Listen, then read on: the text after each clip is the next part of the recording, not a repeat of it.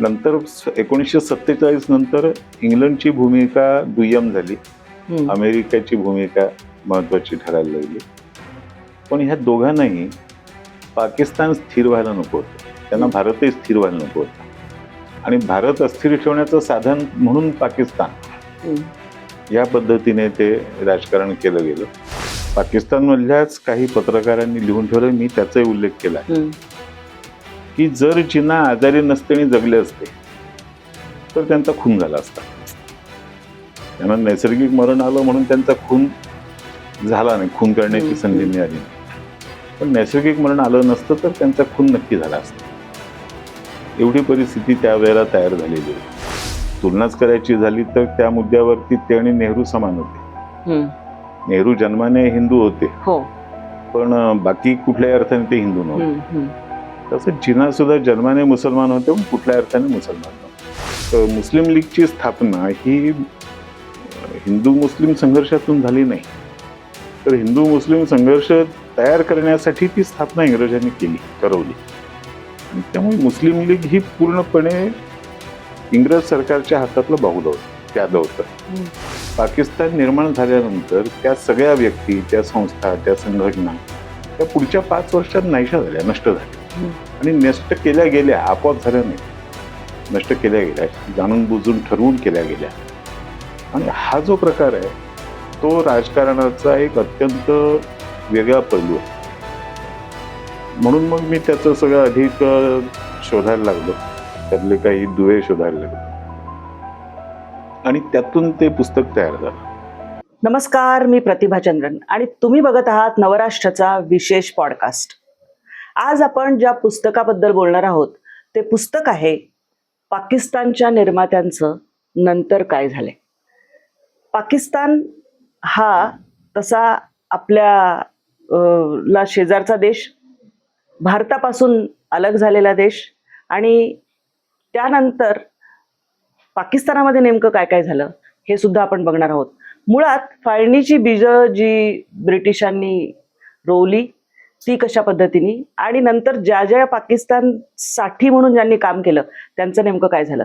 तर माधव भंडारी साहेब, ज्यांना तुम्ही भारतीय जनता पार्टीच्या प्रवक्तेपदावरून अनेक वेळा TV चॅनल्सवरून ऐकता, ते या पुस्तकाचे लेखक आहेत. त्यांची अनेक जी पुस्तकं आहेत त्यातलं हे एक अलीकडचं महत्वाचं पुस्तक, ते आज आपल्या सोबत आहेत. भंडारी साहेब, आपलं खूप खूप स्वागत. नमस्कार. मुळात पाकिस्तान हा नेहमी भारतीयांसाठी अजूनही एक कुतूहलाचा विषय वेगळ्या अर्थाने पण असतोच, की वेगळा तर झाला देश, पण दोन्ही देशांची तुलना केली तर ती अगदीच वेगळी आहे. म्हणजे पाकिस्तानातलं आत्ताचं वातावरण आणि भारतातली प्रगती या दोन्हीमध्ये जशी भिन्नता आहे तशीच भिन्नता ही पाकिस्तान ज्यांना हवं होतं त्यांचं सुद्धा भवितव्य, त्यांच्या देशामध्ये काय झालं याबद्दल तशीच एक परिस्थिती आपल्याला दिसून येते. जेव्हा जेव्हा पाकिस्तानच्या निर्मितीचं नाव किंवा उल्लेख होतो तेव्हा बॅरिस्टर मोहम्मद अली जिना यांच्याशिवाय दुसरी क्वचित नावं लोकांना फारशी माहीत म्हणजे नसतात, जवळपास माहीत नसतात. पण म्हणजे मी पुस्तकामध्ये बघितलं, हे पुस्तक अतिशय प्रवाही आहे. म्हणजे तुम्ही वाचायला एकदा हातात घेतलं तर ज्यांना या विषयातलं फार काही माहीत नाही ते सुद्धा हे पुस्तक खाली ठेवणार नाहीत. इतक्या प्रवाही पद्धतीने, साध्या सरळ सुलभ पद्धतीने लिहिलेलं पुस्तक नक्की वाचा, हे मी तुम्हाला सांगेन. पण हे पुस्तक लिहावं असं जेव्हा तुम्हाला वाटलं पहिल्यांदा, तेव्हा तुम्ही मग कुठले कुठले दस्तावेज, का आधीपासूनच हा विषय होता आणि तो डोक्यात होता आणि मग तो आता पुस्तक रूपाने बाहेर आला असं? नाही, हे पुस्तक थोडंसं अपघाताने तयार झालं म्हटलं तरी हरकत नाही. कारण मी गेली काही वर्ष फाळणीच्या संदर्भात अभ्यास करतोय आणि भारताची फाळणी कशा पद्धतीने घडवून आणली गेली याचा सगळा अभ्यास करतोय.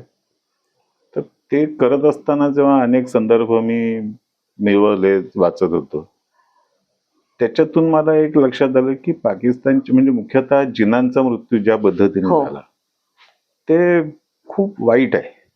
म्हणजे जिनांबद्दल काही आपल्याला प्रेम असण्याचं कारण नाही, आदर असण्याचं त्याहून कारण नाही, पण तरी सुद्धा एका राष्ट्रप्रमुखाला रस्त्यावर तडफडत 2.5 तास राहावं लागतं आणि कोणीही त्यांना पाणी सुद्धा विचारत नाही. ही जी वस्तुस्थिती आहे ती भयानक आहे. आणि त्याच वेळेला आणखीनही काही संदर्भ बघताना मला चौधरी रहमत अली सापडला,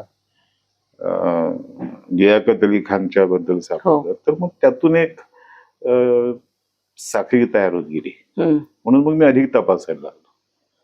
तर पाकिस्तानच्या निर्मितीसाठी ज्यांनी प्रयत्न केले, मग त्या व्यक्ती असतील, संस्था असतील, संघटना असतील, त्या सगळ्या पाकिस्तान निर्माण झाल्यानंतर त्या सगळ्या व्यक्ती, त्या संस्था, त्या संघटना या पुढच्या 5 वर्षात नाहीशा झाल्या, नष्ट झाल्या. आणि नष्ट केल्या गेल्या, आपोआप झाल्या नाही, नष्ट केल्या गेल्या, जाणून बुजून ठरवून केल्या गेल्या. आणि हा जो प्रकार आहे तो राजकारणाचा एक अत्यंत वेगळा पैलू आहे.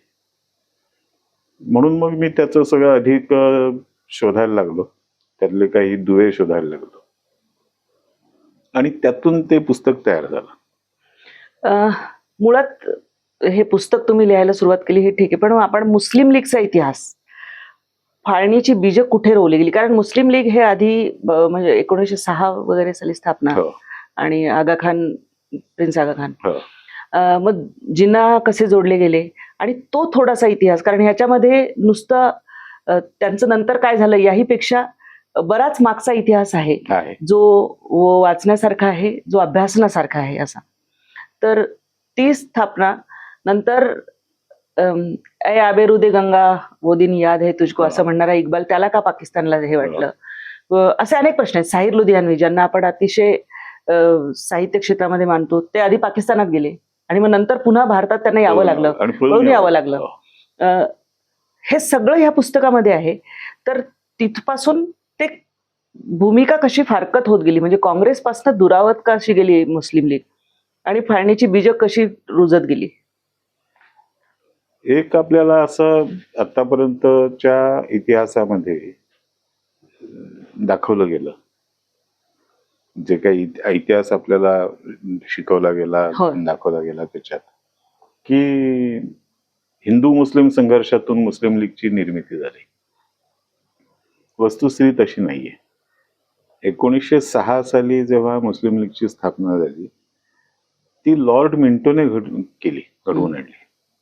आणि लॉर्ड मी माझ्या पुस्तकातही त्याचा उल्लेख आहे की लॉर्ड मिंटोने अतिशय प्रयत्नपूर्वक आणि अतिशय कौशल्याने हालचाली करून काँग्रेसला शह देण्यासाठी आणि भारतातल्या राजकारणामध्ये हिंदू मुस्लिम ही दुफई तयार करण्यासाठी मुस्लिम लीगची स्थापना केली. आणि स्वतः त्याने आणि त्याच्या बायकोने हे लिहून ठेवलंय की ह्या राजकारणात मी यशस्वी झालो. त्यामुळे मुस्लिम लीगची स्थापना ही हिंदू मुस्लिम संघर्षातून झाली नाही, तर हिंदू मुस्लिम संघर्ष तयार करण्यासाठी ती स्थापना इंग्रजांनी करवली. आणि त्यामुळे मुस्लिम लीग ही पूर्णपणे इंग्रज सरकारच्या हातातलं बाहुलं होतं, प्यादं होतं. पण आपण एक दुसरा सुद्धा एक महत्वाचा मुद्दा विसरतो की काँग्रेस ही सुद्धा ब्रिटिशांनी स्थापन केलेली होती. हो, sir Allan Hume. Sir Hume रोज. आणि पहिली 8-9 वर्ष, 10 वर्ष इंग्रज अधिकाऱ्यांचंच त्याच्यावर वर्चस्व होतं. ते वर्चस्व मोडून काढलं लोकमान्य टिळकांनी, आणि त्यांनी काँग्रेसच्या राजकारणाला इंग्रज सरकारच्या अपेक्षित चौकटीच्या बाहेर नेलं. तो अर्थात ह्या पुस्तकाचा विषय नाही, तो स्वतंत्र. बरोबर. पण लोकमान्य गेल्यानंतर पुन्हा काँग्रेस त्याच वाटेवर गेली आणि ती सुद्धा इंग्रज सरकारला हवं त्याच पद्धतीची पावलं टाकायला लागली. त्यामुळे एका बाजूला काँग्रेस आणि दुसऱ्या बाजूला मुस्लिम लीग, हे दोन्ही घटक हे खूप मोठ्या प्रमाणावर इंग्रज सरकारला पाहिजे त्या पद्धतीने वागत होते, काम करत होते. आणि त्यातून मग फाळणीची बीज इंग्रजांनी खूप आधीपासून त्यांची तयारी केली होती, योजना होती. माझा पुस्तकाचा जो विषय आहे तो हाच आहे की जवळजवळ 150-200 वर्ष 1947च्या अगोदर इंग्रजांनी हा सगळा विषय सुरू केला होता आणि त्यांनी शेवटी तो घडवून आणला. तर त्याच्यामध्ये पाकिस्तान घडवताना ज्या ज्या लोकांनी त्यात पुढाकार घेतला, ज्या ज्या संघटनांनी पुढाकार घेतला, किंवा ज्या ज्या संघटना ज्या ज्या व्यक्ती पुढे आल्या, त्या सगळ्या पाकिस्तान निर्माण झाल्यानंतर 5 वर्षाच्या आत काळाच्या पडद्याआड ढकलल्या गेल्या, त्यांना नाहीसं केलं गेलं. हा पाकिस्तानचा इतिहास आहे आणि तो भारताशी जोडलेला इतिहास आहे. होय. त्यामुळे भारतातल्या प्रत्येकाने हा इतिहास समजून घेतला पाहिजे असं मला नेहमीच वाटत आलं. मग या पुस्तकामध्ये आपण जिनांच्या बद्दल ज्या पहिल्या प्रकरणाने सुरुवात होते की त्यांचे शेवटचे दिवस, त्यांना जो दुर्धर आजार होता त्याच्याबद्दल त्यांना पूर्वकल्पना होती. घाईने मग त्यांनी निर्णय घेतला, कारण त्यांना कदाचित माहिती होतं की आपण हे, आणि त्यांचे जे पाकिस्तानामध्ये हाल झाले, ज्यांना त्यांनी पंतप्रधान म्हणून नेमलं, त्यांनी सुद्धा त्यांच्याकडे कसं दुर्लक्ष केलं किंवा त्यांच्या मृत्यूनंतर सुद्धा त्यांनी कशी उपेक्षा केली, याचे उल्लेख आहेत. तर ते थोडे आमच्या, म्हणजे आपण ह्यातले जे महत्वाचे सगळे पात्र म्हणूयात या पुस्तकामधले, हो. त्यांच्याबद्दल आपण आमच्या ऑडियन्सला नक्की सांगूया की जिना, हे जिनांचं सगळं व्यक्तिमत्व, त्यांचं चरित्र आणि हे सगळं विलक्षण आहे. होय. जिना कमालीचे बुद्धिमान होते आणि दुसऱ्या बाजूने जिना कुठल्याही अर्थाने मुसलमान नव्हते. धार्मिक मुसलमान तर नव्हते. ते जन्माने मुसलमान होते पण धार्मिक मुसलमान नव्हते. म्हणजे तुलनाच करायची झाली तर त्या मुद्द्यावरती ते आणि नेहरू समान होते. नेहरू जन्माने हिंदू होते, हो, पण बाकी कुठल्याही अर्थाने ते हिंदू नव्हते. तसं जिना सुद्धा जन्माने मुसलमान होते पण कुठल्याही अर्थाने मुसलमान नव्हते. पण त्यांनी राजकारणाची गरज ओळखून म्हणा किंवा त्यांना त्या दिशेने ढकलल्यामुळे म्हणा, ते मुसलमान पण उचलून धरलं आणि त्याच्या आधाराने त्यांनी मुस्लिम लीगला पुढे नेलं. मुस्लिम लीग स्थापन झाली तेव्हा जिना त्यात गेले नव्हते. हो. किंवा मुस्लिम लीगच्या सुरुवातीच्या काळातही जिना तिकडे फिरकले नव्हते. जिना काँग्रेसमध्ये होते. त्यांना मुस्लिम लीगमध्ये यायची आमंत्रणं अनेकदा मिळाली, ती त्यांनी धुडकावून लावली त्यांना, कारण ते त्यांच्या आयुष्याच्या सुरुवातीच्या टप्प्यात पूर्णपणे राष्ट्रवादी होते आणि भारतीय राष्ट्रवादी होते. नुसतं राष्ट्रवादी, भारतीय राष्ट्रवादी होते. त्यांना भारताच्या अखंडतेवरती त्यांचा पूर्ण विश्वास होता. ते लोकमान्य टिळकांचे अनुयायी सहकारी होते. पण 1920 मध्ये लोकमान्यांचं निधन झाल्यानंतरची परिस्थिती काँग्रेसमध्ये तयार केली गेली, भारतामध्ये तयार केली गेली. त्यातून वैफल्यग्रस्त होऊन जिना लंडनला निघून गेले आणि लंडनहून ते परत भारतात का आले याबद्दलचं कुठल्याही प्रकारचं ठोस कागदपत्र ही उपलब्ध नाही. पण भारतात आलेले जिना हे पूर्ण बदललेले होते. त्यांचा भारतीय राष्ट्रवाद त्यांनी सोडून दिला होता आणि ते भारताचे फाळणी करण्याच्या मताचे झाले होते आणि तिथे येऊन त्यांनी मुस्लिम लीग मध्ये प्रवेश केला. मुस्लिम लीगचं नेतृत्व हातामध्ये घेतलं किंवा मुस्लिम लीगचं नेतृत्व त्यांच्याकडे सोपवलं गेलं. आणि पुढचा इतिहास आपल्याला माहिती आहे की 1934 ते 47 या 13 वर्षांमध्ये एक अत्यंत हिंसक राजकारण करून फाळणीला अनुकूल वातावरण तयार केलं गेलं. एवढं सगळं करून जेव्हा पाकिस्तान निर्माण झाला तेव्हा त्या पाकिस्तानचं नेतृत्व करण्यासाठी लागणारी शारीरिक क्षमता जनांमध्ये उरली नव्हती. कारण त्यांना त्या काळात क्षय झालेला होता, टीबी होता. आणि त्या काळामध्ये टीबी हा औषधं नव्हती, त्याच्यातून बरं होणं हे अशक्य मानलं जात असं. आणि तेव्हा ती नव्हत्या, सोयी नव्हत्या. जिनांना ह्याची पूर्ण कल्पना होती की आपल्याकडे खूप कमी आयुष्य आहे आणि म्हणून त्यांनी जे डायरेक्ट ऍक्शन डे आणि हे सगळं केलं ते त्या अत्यंत वैफल्यग्रस्त निकडीच्या भावनेतून केलं की हे आत्ताच्या आता मी नाही केलं आणि जर मी उद्या गेलो तर मग हे काही होणार नाही. आणि त्यांनी हे लिहून ठेवलेलं आहे की मी मरायच्या आत पाकिस्तान झालं तर होईल, मी मेल्यानंतर पाकिस्तान होणार नाही. त्यांना याची पूर्ण खात्री होती आणि म्हणून त्यांनी आपला आजार पण दडवून ठेवलं होतं. पण पाकिस्तानची निर्मिती झाल्यानंतर त्यांना फक्त 13 महिन्यांचं आयुष्य मिळालं. आणि या 13 महिन्यांपैकी जवळजवळ 8-9 महिने हे मुळे आजारपणाशी सामना करण्यातच गेले. त्यामुळे त्यांना प्रत्यक्ष प्रशासन चालवणं, काम करणं, नेतृत्व करणं त्यातलं काहीही करायला संधी मिळाली नाही. त्या परिस्थितीमध्ये म्हणजे लियाकत अली आणि जिना यांचे संबंध हा खरं म्हणजे एका स्वतंत्र ग्रंथाचा विषय आहे. कारण जेव्हा जिना भारतातून लंडनला निघून गेले तेव्हा लियाकत अली सुद्धा आपल्या पत्नी सकट लंडनला निघून गेला आणि तो जिनांच्या शेजारीच राहत असे. दोघंही एकाच वेळेला कायद्याची प्रॅक्टिस करत होते. लियाकत अली हा सुद्धा एक खूप मोठा वकील होता आणि त्याने जिनांशी संबंध सतत ठेवले आणि जिनांना भारतात आणण्यामध्ये लियाकत अलीचा खूप मोठा हात आहे. या सगळ्याचा फायदा म्हणा, परतफेड म्हणा, पाकिस्तान झाल्यानंतर पाकिस्तानचा पहिला पंतप्रधान म्हणून जिनांनी लियाकत अलीची निवडणूक केली की जिथे खरं म्हणजे ती सुरावर्दीची होईल अशी सगळ्यांची अपेक्षा होती. कारण डायरेक्ट ऍक्शन डेचं एक्झिक्युशन ज्याला म्हणता येईल ग्राउंडला ते सुरावर्दीने केलं होतं. पण सुरावर्दीला बाजूला ठेवून त्यांनी लियाकत अलीला पंतप्रधान केला. पण पंतप्रधान झाल्यानंतर लियाकत अली बदलला आणि मग त्याला जिनांची अडचण व्हायला लागली. जिनांचा आजार पण त्याला समजलं. जिनांचं आयुष्य फारसं नाही हे त्याच्या लक्षात आलं आणि त्याने जिनांचं जे काही त्याच्यावरचं छत्र होतं ते झुगारून दिलं. तो ह्याच्यावरती उभा राहायला लागला. हे ठीक आहे, हे नैसर्गिक आहे.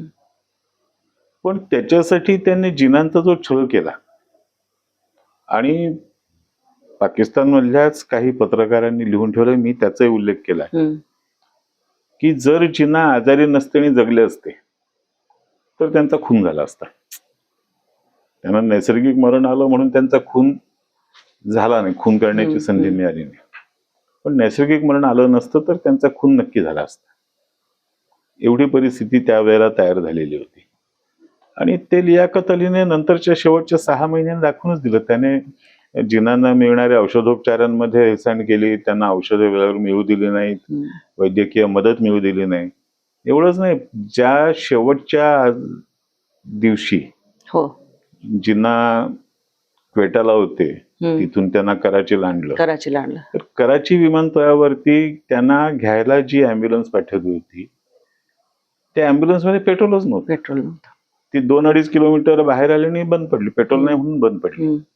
आणि नंतर पुढचे जवळजवळ 3-3.5 तास त्या अँब्युलन्सला रिप्लेसमेंट आली नाही, दुसरं वाहन आलं नाही. एवढंच नाही तर ह्याच्या सगळ्या काळामध्ये जिनांच्या बरोबर काही त्यांची काळजी घेण्यासाठी, त्यांच्या देखभाल करण्यासाठी कोणी नव्हतं. त्यांची बहीण, त्यांचा डॉक्टर आणि त्यांचा सेक्रेटरी एवढेच होते.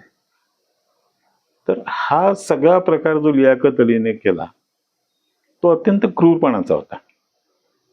आणि जिनांच्या बहिणीने त्यांचं जे माय ब्रदर म्हणून छोटस पुस्तक आहे, फातिमा जिना या जिनांची बहीण. फातिमा जिना या जिनांची बहीण. त्यांच्या त्या माय ब्रदर ह्या पुस्तकात ह्या सगळ्याचं जे त्यांनी वर्णन केलंय ते अतिशय हृदयद्रावक आहे की हिंसक राजकारण किती टोकाचं असू शकतं आणि गरज नसताना जो मृत्यूशेवर पडलेला नेता आहे त्याच्याशी सुद्धा इतकं वाईट वागणं हे आपण कल्पना करू शकत नाही. तो सगळ्यात त्यातला भाग आहे. त्याच्यानंतर मग लियाकत अली यांचा किंवा सुरावर्दी, तुम्ही अगदी टप्प्याटप्प्याने हे सगळे लिहिले. म्हणजे फातिमा जिनांचं नंतर काय झालं ते लिहिलेलं आहे, लियाकत अलींचं काय झालं. एकंदर आपण जर बघितलं तर पाकिस्तानामध्ये राज्यकर्ते किंवा पाकिस्तानच्या निर्मितीसाठी म्हणजे अलीकडचे राज्यकर्ते म्हणूया, त्याच्या आधी आपण जर विचार केला तर भुट्टोंपर्यंत सुद्धा नैसर्गिक मृत्यू जवळपास नाही. बेनझीर भुट्टो नंतर अगदी हा जनरल झिया, होय, खूप मोठी यादी आहे ती, खूप मोठी यादी. अगदी आपण आत्ताच जरी बघितलं, परवेज मुशर्रफला पळून जावं लागलं. तो जर पळून गेला नसता तर त्यांचे खून झाले असतात. किंवा आता आपण हल्ली बघितलं तर इम्रान खान तुरुंगात आहे. काय परिस्थिती माहिती नाही, जिवंत मृत्यू काय माहिती नाही. कारण त्याबद्दल हे जे पाकिस्तानामध्ये सुरू होतं तर मला तुम्ही जसं आपण जिनांबद्दल बोललो, फातिमा जिनांनी त्यांच्यावरचं जे इथे तुमचं प्रकरण आहे त्यामध्ये तुम्ही लिहिलेलं आहे, त्यांनी नंतर पुस्तकात भावाच्याबद्दल सगळ्या हेळसांडीबद्दल लिहिलं, किंवा जिनांच्या कबरीला सुद्धा तशा प्रकारे ते लिहिलं. मग लियाकत अली सुरावर्दी यांचं काय झालं पुढे? लियाकत अली सुरावर्दींकडे वळण्यापूर्वी फातिमा जिनांचं सुद्धा हो. लक्षात गेलं पाहिजे. हो. कारण फातिमा जिना ह्या फक्त जिनांची बहीण एवढीच त्यांची ओळख नाही. नव्हती. हा. फातिमा जिना ह्या अविभाजित भारतातल्या डेंटिस्ट बनलेल्या पहिल्या पहिल्या महिला महिला. होय. पहिल्या महिला होत्या. हो. आणि त्यांचं स्वतःचं मुंबईमध्ये दवाखाना होता, चांगली प्रॅक्टिस होती. ती बंद करून त्या जिनांच्या संसारामध्ये आणि त्यांच्या पाठीशी उभं राहायला त्या त्याच्यात सगळ्यात सहभागी झाल्या. त्यांनी जिनांची मृत्यूपर्यंत पाठराखण केली. पण मृत्यूनंतर सुद्धा, जिनांच्या मृत्यूनंतर सुद्धा फातिमा जिना हे पाकिस्तान मधलं मोठं नाव होतं. म्हणजे त्यांनी हा जो जनरल अयूब खान जो होता, होय, त्याच्या विरुद्ध सगळ्या विरोधी पक्षांची उमेदवार म्हणून त्यांनी निवडणूक लढवली. आणि अयूब खानने ती निवडणूक अतिशय दडपशाहीच्या पद्धतीने जिंकली. जर लोकशाही मार्गाने ते लढवले असते तर अयूब खान जिंकला नसता. कारण अयूब खानने इतकी दडपशाही केल्यानंतर सुद्धा फातिमा जिनानं जवळजवळ 33-34% मतं मिळाली होती. आणि त्यांच्या अंत्ययात्रेला जो जनसमुदाय लोटला होता तोही अवाढव्य होता. त्यामुळे फातिमा जिना हे सुद्धा एक स्वतंत्र कर्तबगार व्यक्तिमत्व होतं. पण त्यांचा सुद्धा पाकिस्तानमध्ये जिनांच्या मृत्यूनंतर फातिमा जिनांच्या वाट्याला सुद्धा अतोनात हाल आले. आणि त्यांचाही मृत्यू काही नैसर्गिक मृत्यू नाही झाला, त्यांनाही अनैसर्गिक मरणच आलं. त्याची चौकशी झाली नाही, त्याचं काही तपास कोणी केला नाही. पण त्यांचा मृत्यू नैसर्गिक नव्हता हे प्रत्येकाने नोंदवलेलं आहे. लियाकत अलीची परिस्थिती, लियाकत अली पंतप्रधान होता. होय. तो एका जाहीर सभेत बोलायला उभा राहिला आणि त्याच्यावर गोळ्या झाडून त्याचा खून झाला. बरं, ते मैदान सुद्धा त्याच मैदानात नंतर बेनझीर भुट्टोचा खून. बेनझीर भुट्टो. हो. त्यामुळे त्या मैदानाची ती परंपरा तयार झाली. ह्या लियाकत अलीचा खून कुणी केला ह्याचा शोध शेवटपर्यंत लागला नाही. एका अफगाण नागरिकावरती आरोप ठेवून त्याला पकडलं गेलं, पण नंतर ती केस चालली की नाही, खटला चालला की नाही वगैरे ह्याचं कुठेही काही सापडत नाही. त्याच्यासाठी चौकशी अधिकारी जो नेमला होता, त्या चौकशी अधिकाऱ्याने गोळा केलेले सगळे पुरावे घेऊन तो येत असताना त्याच्या विमानाला अपघात झाला. ते सगळे पुरावे आणि तो सगळं नष्ट झाला. त्यामुळे लियाकत अलीचा खून हा सुद्धा एक त्यातला, म्हणजे लियाकत अलीच्या बायकोचं सुद्धा जे त्यातलं हे आहे, माझ्या पुस्तकात मी त्याचाही संदर्भ दिलाय की लियाकत अलीच्या बायकोने म्हटलंय की माझ्या नवऱ्याला आमच्याच लोकांनी मारलं. आणि शेवटी तिचं तोंड बंद करण्यासाठी तिला परदेशात राजदूत म्हणून पाठवून तिला तिकडेच राहायची सक्ती करून तिला बाहेर काढलं. सुरावर्दी हा अविभाजित बंगालचा प्रीमियर होता फाळणीच्या अगोदर. आणि डायरेक्ट ऍक्शन डे मध्ये सर्वात जास्त हिंसाचार जो बंगालमध्ये घडवला त्याचा सूत्रधार सुरावर्दी होता. म्हणून त्याचा उल्लेखच मी त्याच काळामध्ये बचर ऑफ बेंगाल, बंगालचा खाटीक म्हणून केला जात असे. पण हा पठ्ठ्या फाळणी झाल्यानंतर 1950 पर्यंत भारतातच होता, तो पाकिस्तानात गेला नव्हता. त्याला पाकिस्तानात जायचं होतं, पाकिस्तान मधला त्याचा हक्क तो सोडत नव्हता. पण लियाकत अलीने त्याचं पाकिस्तानचं नागरिकत्व रद्द केलं. त्याचं त्या पाकिस्तानच्या संविधान सभेमधलं सदस्यत्व होतं ते रद्द केलं. त्याच्यानंतर जेव्हा तो पाकिस्तानमध्ये गेला तेव्हा तो गेल्या गेल्या त्याला अटक केली, तुरुंगात टाकला. आणि त्याचं पाकिस्तान मधलं अर्धा अधिक आयुष्य हे तुरुंगात गेलं. त्यातूनही बाहेर येऊन तो काही काळासाठी पंतप्रधान झाला, 10 महिन्यांसाठी. आणि पंतप्रधान पदावरून त्याला जबरदस्तीने उतरवलं गेलं. आणि त्याच्यासमोर पर्याय एकच ठेवला होता की तू एक तर पाकिस्तान सोडून जा, नाहीतर. तो शेवटी पाकिस्तान सोडून गेला. तो जॉर्डनला बैरूटमध्ये जाऊन राहिला. पण बैरूटमध्ये तो ज्या हॉटेलमध्ये राहत होता त्या हॉटेलमधल्या त्याच्या खोलीतच त्याचा खून झाला. आणि त्याला बेनझीर भुट्टोच्या वडिलांनी, आपण ज्याला जुल्फिकार अली भुट्टो, त्या जुल्फिकार अली भुट्टोने त्याला सुहरावर्दीला वेळोवेळी हे जाहीरपणे धमक्या दिल्या होत्या की तू शिल्लक राहणार नाही, तुझं कुटुंब शिल्लक राहणार नाही. ती सुहरावर्दीची ही अवस्था झाली. पण सुहरावर्दीला या धमक्या देणाऱ्या भुट्टोचं काय झालं? त्यालाही नंतर फाशी दिली, त्यालाही नंतर त्याच पद्धतीने मरावं लागलं, त्याच्या मुलीलाही त्याच पद्धतीने मरावं लागलं. म्हणजे ती साखळी कधीच तुटली नाही. या सगळ्यातलं आणखीन एक महत्वाचं कॅरेक्टर जे आहे ते चौधरी रहमत अली, की ज्याने पाकिस्तान हा शब्द तयार केला. आणि पाकिस्तान भौगोलिक दृष्ट्या कसं असेल, पहिल्यांदा पाकिस्तान बद्दल बोलत होते खूप, पण पाकिस्तान भौगोलिक दृष्ट्या कसं असेल हे कोणीच सांगत नव्हतं. ते या चौधरी रहमत अलीने तयार केलं. तो लंडन मध्ये राहत असे, होता पंजाबी.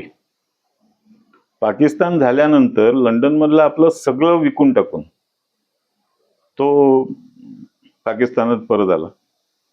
पण ज्या क्षणी तो पाकिस्तानात उतरला त्या क्षणी त्याला अटक झाली. त्याचं सगळं सामान, त्याचे पैसे सगळं जप्त केलं गेलं. काही दिवसांनी त्याला सोडलं, पण त्याचं सामान, त्याला पैसे मिळाले नाहीत. शेवटी पाकिस्तानमध्ये अत्यंत निराश होऊन तो परत इंग्लंडमध्ये गेला. पण इंग्लंडमध्ये गेलेला चौधरी रहमत अली हा पूर्ण भिकारी बनला होता, त्याच्याकडे काही उरलं नव्हतं. आणि इंग्लंडमध्ये गेल्यानंतर एक 10-15 महिन्यांनी तो मेला. तो बेवारच मेला. त्याचा मृतदेह ताब्यात घ्यायला सुद्धा कोणी पुढे आलं नाही. आणि त्याचं दफन हे शेवटी इंग्लंडमध्येच झालं. त्याचं दफन पाकिस्तानमध्ये होऊ शकलं नाही. म्हणजे ज्याने पाकिस्तान शब्द तयार केला, ज्याने पाकिस्तानचा भूगोल काय असला पाहिजे हे ठरवलं, तयार केलं, त्या माणसाच्या मृतदेहाला सुद्धा पाकिस्तानमध्ये जागा मिळाली नाही. हा पाकिस्तानचा इतिहास आहे. आपण जर एकंदर पाकिस्तानच्या निर्मितीसाठी म्हणून ज्यांनी जे झटले त्यांची काय परिस्थिती झाली, आणि पाकिस्तानातले म्हणजे निर्मितीपासून पाकिस्तान हे कधी शांत किंवा विकसित किंवा विकासाच्या दिशेने पावलं टाकणार असा देश कधी राहिला नाही. तिथल्या राज्यकर्त्यांनी सुडाचं राजकारण नेहमी केलं, मग ते कुठलेही असोत. आणि नंतर पाकिस्तानमधली जी बंगालची फाळणी झाली ती सुद्धा एक वेगळं हे आहे.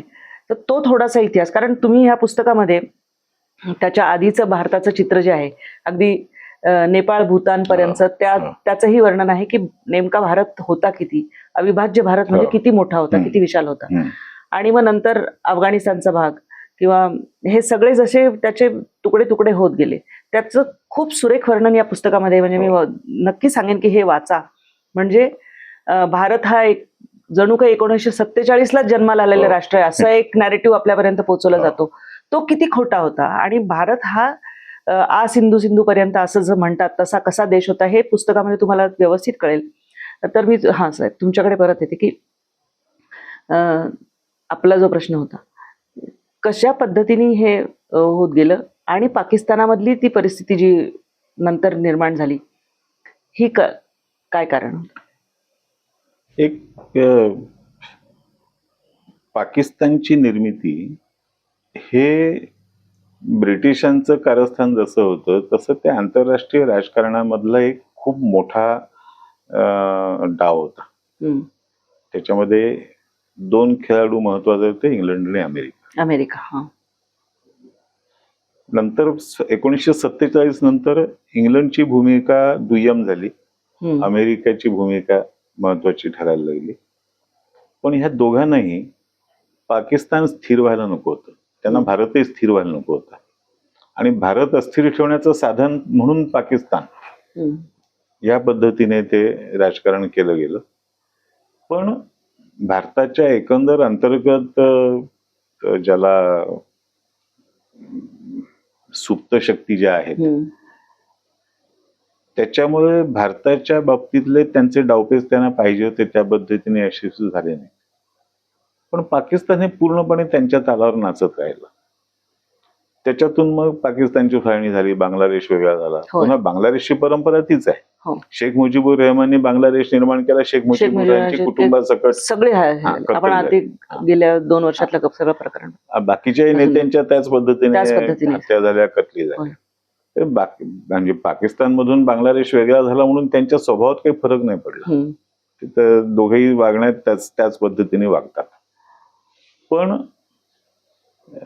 आपण त्या पाकिस्तानच्या फाळणीकडे आता न जाता पाकिस्तान म्हणूनच विचार जरी केला तरी सुद्धा पाकिस्तानच्या राज्यकर्त्यांना अमेरिकेच्या इंग्लंडच्या हातातली प्यादी म्हणून राहण्यामध्येच कायम समाधान वाटलं आणि त्यांनी आपल्या देशाचा, त्यांच्या देशाचा, त्यांच्या जनतेचा कुठल्याही पद्धतीने विचार केला नाही. पण दुसऱ्या बाजूनी त्यांनी पाकिस्तानमध्ये कोणत्याही प्रकारच्या संस्था, संघटना शिल्लक राहणार नाहीत ह्याची पूर्ण काळजी घेतली. म्हणजे मुस्लिम लीगने पाकिस्तान निर्माण केलं, पण पाकिस्तानमध्ये आज मुस्लिम लीग नाहीये. मुस्लिम लीग ही जिनांच्या मृत्यूनंतर पुढच्या 3-4 वर्षामध्ये मुस्लिम लीग नाहीशी झाली पूर्णपणे. मुस्लिम लीग भारतातच शिल्लक आहे अजून. पाकिस्तानच्या निर्मितीसाठी कम्युनिस्टांनी खूप रान उठवलं, मोठं राजकारण केलं, प्रचार चालवला, हिंसाचारामध्ये त्यांचा सहभाग होता. पण पाकिस्तानमध्ये कम्युनिस्ट पार्टी कधीही उभी राहिली नाही. पहिल्या दिवसापासून पाकिस्तान निर्माण झाल्याच्या 2 दिवसामध्ये जिनांनी जाहीरपणे सांगितलं होतं की पाकिस्तानमध्ये हिरव्या झेंडा आणि चांदतारा ह्याखेरीज दुसऱ्या कुठल्याही झेंड्याला, निशाणीला जागा नाही, कोणत्याही इझमला जागा नाही. आणि त्यांचे ते शब्द पाकिस्तानने खरे ठरवले. कम्युनिझम पाकिस्तानमध्ये कधीच शिल्लक राहिला नाही.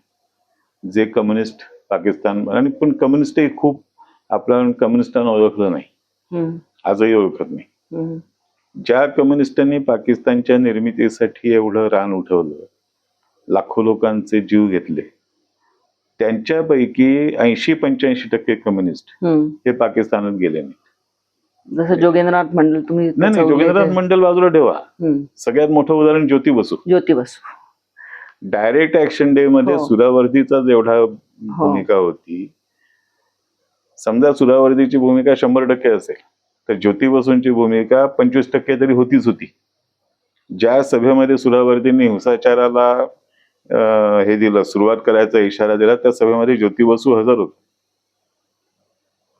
ज्योती बसूंचं गाव पाकिस्तानमध्ये गेलं, त्यांच्या बाकीचे अनेक परिवारातले लोक पाकिस्तानमध्ये गेले आणि नंतर परत भारतात आले. पण ज्योती बसू एका दिवसासाठी सुद्धा पाकिस्तानात गेले नाहीत. पाकिस्तानच्या निर्मितीसाठी प्रचार करून, प्रचाराचं रान उठवून, लाखो लोकांची कत्तल करून ज्योती बसू परत भारतातच आणि बंगालचे मुख्यमंत्री. आणि ही एकट्या ज्योती बसूची कहाणी नाही, अनेक कम्युनिस्टांची हीच कहाणी आहे. लतीफ डॅनियल लतीफ, मुस्लिम लीगचा जो भारताच्या फाळणीचा ठराव आहे, तो ठराव या डॅनियल लतीफने लिहिला. त्याचं गाव, त्याचा परिवार, त्याचे सगळे नातेवाईक हे पाकिस्तानात गेले, हा एकटा भारतात राहिला. आणि शहाबानूच्या केसमध्ये हा डॅनियल लतीफ शहाबानूचा वकील होता. ही केवढी तरी मोठी यादी आहे. सज्जाद जाहीर असंच पाकिस्तानमध्ये गेला काही दिवसांसाठी, त्याला मध्यस्थी करून नेहरूंनी सोडवून आणला, तो भारतात आला आणि भारतामध्ये परत मोठा झाला. त्यामुळे ज्या कम्युनिस्टांनी पाकिस्तान निर्माण करण्यासाठी हे सगळं केलं, त्यांना पाकिस्तानमध्ये थारा मिळाला नाही. त्याच्या बाहेर ज्या व्यक्तींनी पाकिस्तानसाठी मदत केली, पाकिस्तानच्या निर्मितीसाठी मदत केली, मग त्याच्यामध्ये जोगेंद्रनाथ मंडल आले, आणखीनही काही लोकांचे मी त्याच्यामध्ये मुद्दाम उल्लेख केले.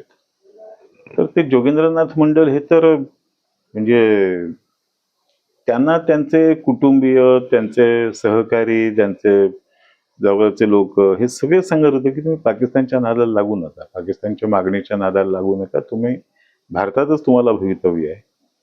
ते नाकारून त्यांनी मुस्लिम लीगची साथ दिली, जिनांची साथ दिली. आणि बंगालमधल्या नामशूद्र म्हणून जी हे आहे, एक समुदाय आहे, दलित समुदाय, त्या कुटुंबांना ते पाकिस्तानात घेऊन गेले. पाकिस्तान, त्यातले राहिले पाकिस्तानामध्ये आणि खुद्द जोगेंद्रनाथ मंडलना जिनांनी पहिल्या मंत्रिमंडळात कायदा मंत्री केलं, त्यांच्या संविधान समितीचं अध्यक्ष बनवलं.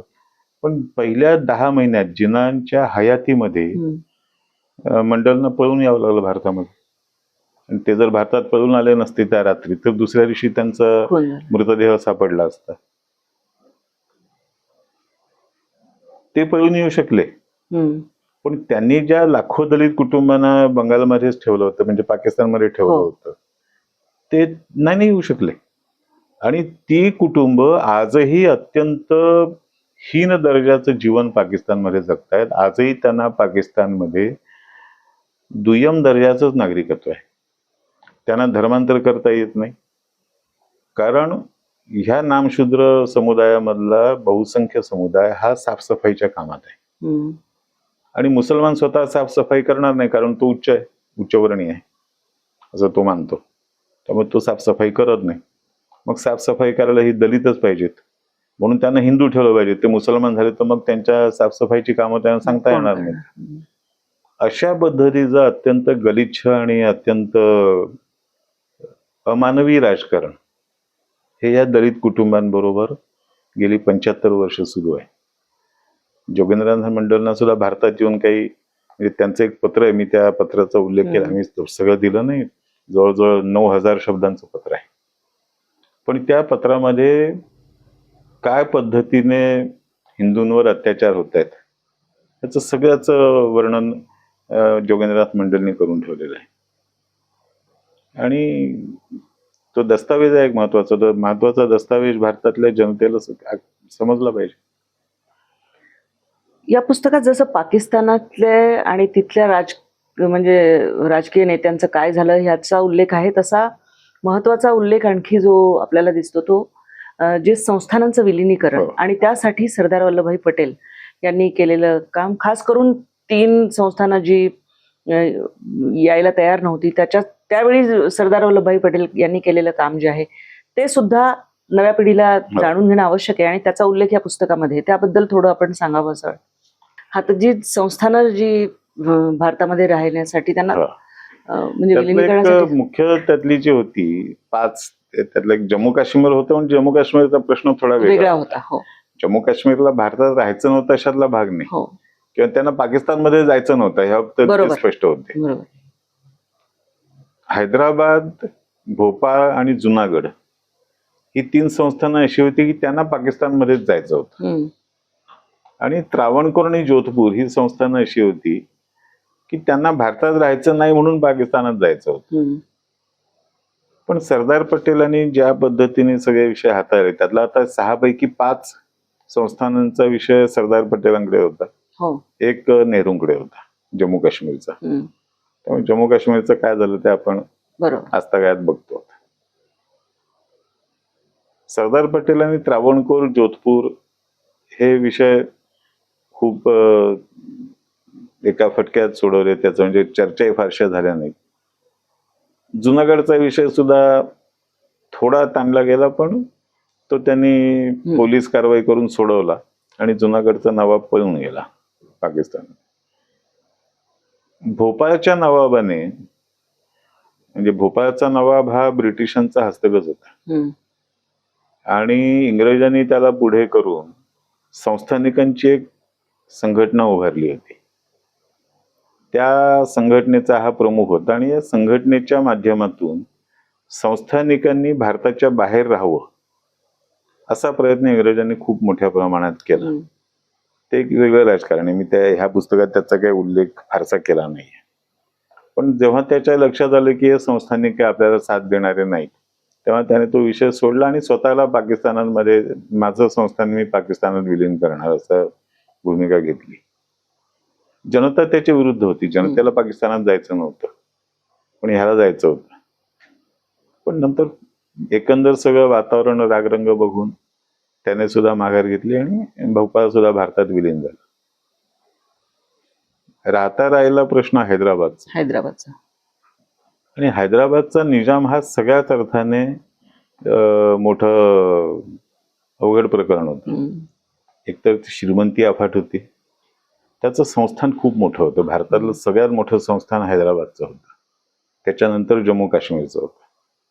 हैदराबादची स्वतःची सेना होती आणि सेनेच्या पलीकडे त्याने रझाकार नावाची एक सशस्त्र हो, संघटना सशस्त्र संघटना होती. उभी केली होती, जी हिंदूंवर अत्याचार करण्यासाठीच उभी होय. केली होती आणि त्याला कम्युनिस्टांची साथ होती. हम्म. त्यामुळे त्याने भारताच्या स्वातंत्र्यासमोर एक मोठं आव्हान उभं केलं. तो हैदराबादचा प्रश्न युनो मध्ये घेऊन गेला होता. युनोच्या सुरक्षा परिषदेचे त्यावेळेचा अध्यक्ष हा ब्रिटिश होता. हम्म. ते सगळं तपशील दिला याच्यात. सुरक्षा समितीने त्याचं प्रकरण ऐकायची तयारी दाखवली आणि सुरक्षा समितीच्या 20 सदस्यांपैकी 17 सदस्यांनी भारताच्या विरुद्ध मतदान केलं आणि 3 गैरहजर राहिले. हम्म. म्हणजे त्या 20 जणांमध्ये एकही देश भारताच्या बाजूने नव्हता. पण सरदार पटेलांच्या कौशल्यामुळे त्याची सुनावणी सुरू होण्यापूर्वी निजामाला युनोला कळवावं लागलं की आमचा विषय संपलेला आहे, आम्ही भारतामध्ये विलीन झालो आणि आमचा अर्ज विचारात घेऊ नका. त्याच्या आधी खूप राजकारण झालं, त्याच्यावर पोलीस कारवाई झाली वगैरे, सगळ्या ते तपशील मी आहे त्या पुस्तकामध्ये. होय. आणि हैदराबाद संस्थानाचं भारतातलं विलिनीकरण हा इतिहास सुद्धा स्वतंत्र ग्रंथाचा विषय आहे आणि त्याच्यावरती कोणीतरी काम करणं हे खूप गरजेचं आहे. एकंदर या पुस्तकामध्ये जर आपण पाहिलं तर हा सगळा इतिहास तर आहेच, शिवाय पाकिस्तानच्या निर्मितीमध्ये असलेल्या लोकांचं नंतर काय झालं, कशा पद्धतीने, आणि मग आपण आताच्या परिस्थितीकडे जर आलो तर आता पुन्हा बलुचिस्तान हा जो भाग आहे तो जवळपास जेव्हा बंगालची फाळणी तिथे पाकिस्तानातली झाली त्या ह्याच्यापर्यंत येऊन ठेपलेला आहे. किंवा राज्यकर्त्यांच्या हत्येची जी परंपरा आहे ती पण तशी चालूच आहे. कारण कोणी असो त्याला साधं सोपं, जसं आपल्याकडे पंतप्रधान निवृत्त होतात आणि नंतरचं आयुष्य सुखाने जगू शकतात आणि भारतातच तसं होत नाही. म्हणून मी ती तुलना मुद्दाम केली की भारत स्वतंत्र झाल्यानंतर ज्यांनी भारताच्या स्वातंत्र्य लढ्यामध्ये योगदान दिलं त्यांना सगळ्यांनाच भारतीय जनतेने योग्य पद्धतीने सन्मान दिला, त्यांचा आदर ठेवला, जेवढं त्यांचं कौतुक करता येईल ते केलं, त्यांच्याबद्दल कृतज्ञता ठेवली. आजही त्यांच्याबद्दल कृतज्ञताच व्यक्त केली जाते. असं कधी त्यांच्याबद्दल वाईट पद्धतीने कोणी बोलत नाही. आपल्याकडे सुद्धा राज्यकर्त्यांचे खून झाले, नाही असं नाही, पण त्याची कारणं वेगळी होती आणि तो एक वेगळा विषय आहे, म्हणून मी त्यात जात नाही.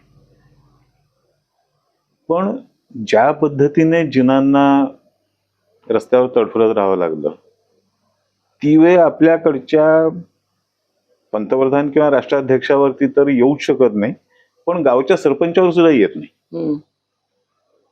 कारण मला हे दिसतं की हा संस्कृतीमधला फरक आहे, हा परंपरेमधला फरक आहे. भारताची जी संस्कृती आहे, भारताची जी परंपरा आहे ती अमानवी नाही, ती मानवी मूल्यांना सर्वोच्च प्राधान्य देणारी परंपरा, संस्कृती आहे आणि ती राजकारणावरती मात करून त्याच पद्धतीने आजपर्यंत टिकलेली आहे. पाकिस्तानने ती संस्कृती, ती परंपरा नाकारली, मानवी मूल्य नाकारली आणि त्याचे परिणाम तिथे पाकिस्तानलाच भोगावे लागतात. पावलापावलावरती त्यांना, म्हणजे आज पाकिस्तान आंतरराष्ट्रीय दबाव जर नसेल तर पाकिस्तानचे 24 तासात 4 तुकडे होतील. खैबर पख्तूनख्वा वेगळा होईल, सिंध वेगळा होईल, बलुचिस्तान वेगळा होईल आणि जो काय आता पंजाबचा भाग आहे तेवढा वेगळा राहील. ही स्थिती आत्ताच आहे. बांगलादेशची बरीच सुरुवात तशीच आहे. बांगलादेश हे काही एक संध राहील अशी अवस्था नाहीये. तर हा संस्कृतीमधला फरक आहे, मानवी मूल्यांवरच्या विश्वासाच्या संदर्भातला फरक आहे आणि तो भारताकडे आणि पाकिस्तान, बांगलादेशकडे बघताना तो लक्षात घेऊनच त्याच्याबद्दलचा विचार करायला पाहिजे असं मला नेहमी वाटत आहे.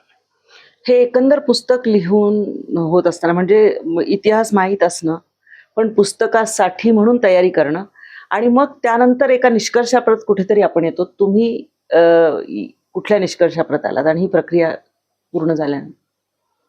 नाही, दोन निष्कर्ष त्यातले मी एक सांगितला तो संस्कृतीचा, परंपरेचा आणि मानवी मूल्यांच्यावरचा जे श्रद्धा आहे, विश्वास आहे तो तर आहेच. आणि दुसरा त्यातला माझ्या दृष्टीने एक महत्वाचा मुद्दा हा आहे की इतिहासाशी नाळ तोडून जमत नाही. इतिहासाशी नाळ जोडलेली असली तरच तुम्ही मानवी मूल्यांवरती विश्वास ठेवून पुढे जाऊ शकता. इतिहासाशी नाळ तोडू, परंपरेशी नाळ तोडू, संस्कृतीशी नाळ तोडू असं करून कुठलाही समाज हा प्रगती करू शकत नाही. याचं उदाहरण पाकिस्तान, बांगलादेश आहे. होय. आणि ती नाळ जोडलेली ठेवून त्याचा योग्य तो मान राखून, सन्मान राखून, मानवी मूल्यांवर श्रद्धा ठेवून कशी प्रगती करता येते त्याचं उदाहरण भारत आहे. आणि ह्या मुद्द्यांवरती आपण जेवढं अधिक काम करू, इतिहास जेवढा अधिक समजून घेऊ, तेवढा आपण अधिक पुढे जाऊ.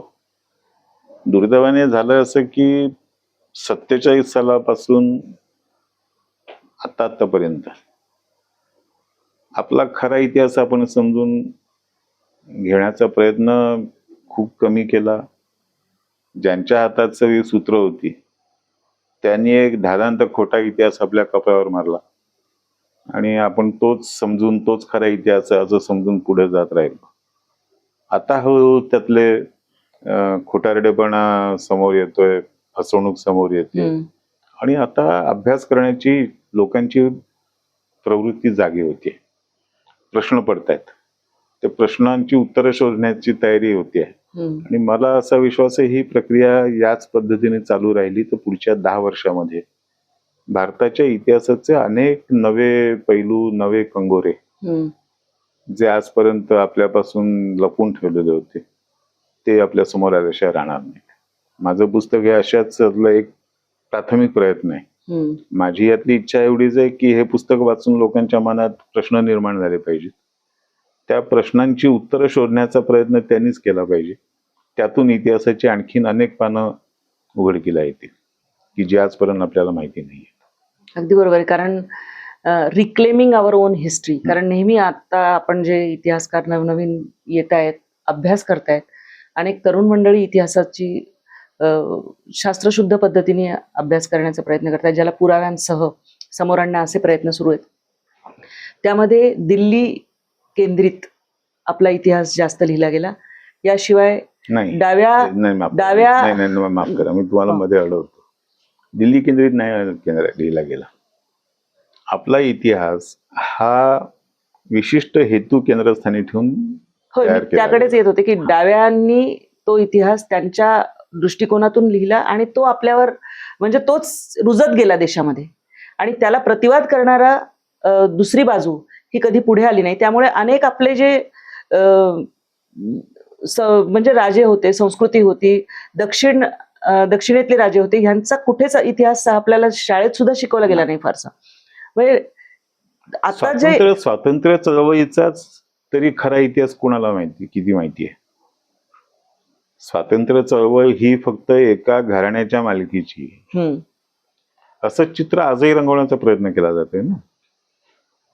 म्हणजे खुद्द काँग्रेसच्या उभारणीमध्ये, काँग्रेसच्या लढ्यांमध्ये सरदार पटेलांसकट मदन मोहन मालवीयांपर्यंत किंवा आणखीन शेकडो लोकांपर्यंत त्यांचं जे योगदान होतं ते कोण बोलतंय? कोणीच बोलत नाही.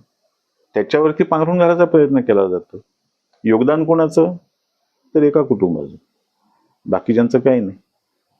हा जो इतिहास रंगवण्याचा प्रयत्न इतकी वर्ष चालला त्याच्यात फक्त डाव्यांना, डावे हे सुद्धा शेवटी त्यातली प्यादी आहेत. हे सगळं इंग्रजांनी तयार केलेलं तंत्र आहे. डाव्यांनी स्वतःच्या अकलेने काहीच केलेलं नाही. म्हणजे जसं मुस्लिम लीग आणि काँग्रेसच्या स्थापना ब्रिटिशांनी केल्या तसं भारतातली कम्युनिस्ट पार्टी स्थापन करण्यामध्ये सुद्धा ब्रिटिशांचा सहभाग मोठा होता. त्यांची त्याच्यामध्ये आर्थिक गुंतवणूक सुद्धा होती. भारतातली कम्युनिस्ट पार्टी उभं करण्यासाठी इंग्रजांनी खूप पैसा ओतला सरकारने. आणि मी माझ्या दुसऱ्या एका पुस्तकामध्ये त्याच्याबद्दलचे असंख्य पुरावे दिलेले आहेत. त्यामुळे भारतातले कम्युनिस्ट हे इंग्रजांच्या हातातलीच व्याधी होती आणि स्वातंत्र्य मिळाल्यानंतर सुद्धा इंग्रजांनी त्यांना जो कार्यक्रम आखून दिला होता तोच कार्यक्रम ते ह्या घडीपर्यंत राबवत आहेत. त्यामुळे कम्युनिस्टांनी रंगवलेला इतिहास हा जो ब्रिटिशांना हवा होता तोच इतिहास त्यांनी रंगवला. त्यांनी स्वतःच्या अगलीने नाही रंगवलेलं. त्यांनी काही संशोधन केलेलं नाही, त्यांनी काय अभ्यास केलेला नाही.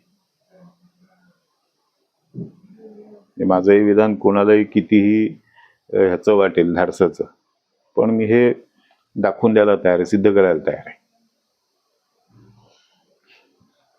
तर या नोटवर आपण थांबूया, कारण हे पुस्तक आहे हे निश्चित वाचा. हे मी यासाठी सांगेन की अनेक प्रश्न निर्माण होतील. म्हणजे पाकिस्तानाबद्दलचं माझं काही म्हणजे त्यांच्या राज्यकर्त्यांनी लिहिलेली पुस्तकं वाचलेली आहेत, भुट्टोंनी लिहिलेली, त्यांच्या परिवारातली लिहिलेली पुस्तकं किंवा बेनझीर यांनी लिहिलेली पुस्तकं, भारतातून लिहिली गेलेली पुस्तकं असतील. पण ह्या पुस्तकामध्ये अगदी सामान्य माणसाला सुद्धा कळेल अशा सगळा इतिहास आहे. त्यामुळे एक खूप मुद्दाम उल्लेख केला पाहिजे असा भाग आहे. याच्यात एक खूप छोटा भाग आहे. अब्दुल करीम खान साहेब हो हे आपल्याला अगदी अगदी अगदी हो, त्यात सगळे हे उल्लेख आहेत तुमच्या ह्याच्यामध्ये. आणि हे महान गायक, संगीतकार, हिंदुस्थानी संगीतातलं खूप मोठं नाव. ते पंजाबी होते आणि त्यांचं सगळं गाव वगैरे पाकिस्तानात जाणार होतं. पण ते पाकिस्तानच्या पक्षाचे कधीच नव्हते. त्यांनी पहिल्यांदा पाकिस्तानमध्ये जायला नकार दिला. पण मग त्यांचे कुटुंबीय आणि सगळ्यांनी खूप आग्रह केला म्हणून ते पाकिस्तानात गेले आणि अक्षरशः 1.5-2 महिन्यात परत आले. आणि ते म्हणाले मी या लोकांबरोबर मी राहूच शकत नाही, शक्य नाही. पाकिस्तानमध्ये शहाणा माणूस राहू शकत नाही, हे अब्दुल करीम खान साहेब म्हणतात. आणि पुढे त्यांनी म्हटलं होतं की जर भारतीय शास्त्रीय संगीताचं शिक्षण शाळेमध्ये सुरुवातीपासून दिलं गेलं असतं तर भारताची फाळणी कधीच झाली नसती. आता हे अब्दुल करीम खान सारखा कलावंत की ज्याचा राजकारण आणि इथल्या कुठल्या गोष्टींशी काही संबंध नाही, तो सुद्धा हे सांगतो. ते महत्वाचं आहे, ते समजून घेतलं पाहिजे. किंवा साहिर लुधियाने ज्यांचा उल्लेख आपण केला. नाही, साहिर लुधियानेचं प्रकरण परत वेगळं आहे. मग ते परत भारतामध्ये त्यांना पळून यायला लागलं. पण साहिर लुधियानवी कधीच त्याचं मत कधीच बदललं नाही. साहिर लुधियानवी हा कम्युनिस्ट होता. आणि अब्दुल करीम खान साहेबांचा काही राजकीय विचाराशी संबंधच नव्हता. ते निव्वळ कलाकार होते. साहिर लुधियानवी हा मरेपर्यंत कम्युनिस्ट होता आणि कधीही त्याचं पाकिस्तान बद्दलचं प्रेम कमी झालं संपलं नाही, फक्त मजबुरीने भारतात यायला लागलं. तर अशा अनेक लोकांचा परिचय ह्याच्यामध्ये आहे. काही जणांची तोंड ओळख आहे. तुम्हाला एक कुतूहल निश्चित या पुस्तकातून जागृत होईल आणि अधिकाधिक अभ्यास करावा असा वाटेल अशी अपेक्षा करूया. पुस्तक निश्चित वाचा आणि आजच्या पॉडकास्टबद्दल तुम्हाला काय वाटलं हे नक्की कळवा. चॅनलला सबस्क्राईब करायला विसरू नका. तुर्तास माधव भंडारी साहेब यांचे आभार मानत मी आपली रजा घेते. धन्यवाद.